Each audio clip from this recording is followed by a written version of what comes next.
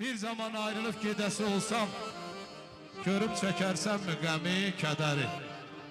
Gedirsən, get biraz darıxım səndən ötəri. Zirvələr görünmür çəni tapandan. Bax, saçım dünmağa baxdı dəni tapandan.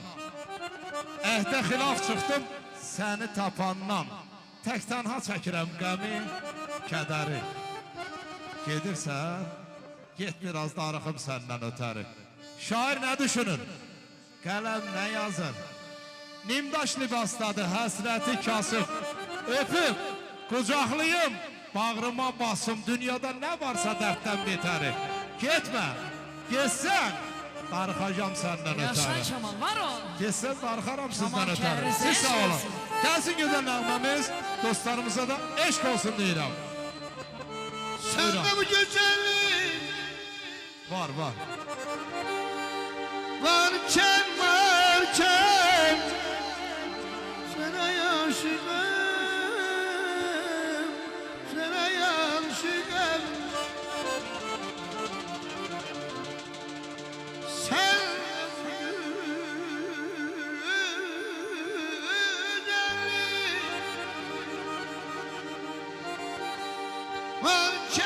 varken sana aşığım, sana aşığım. Leyla,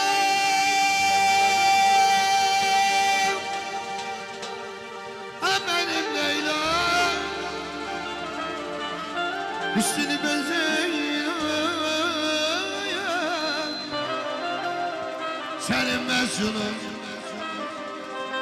Allah'ım Leyla,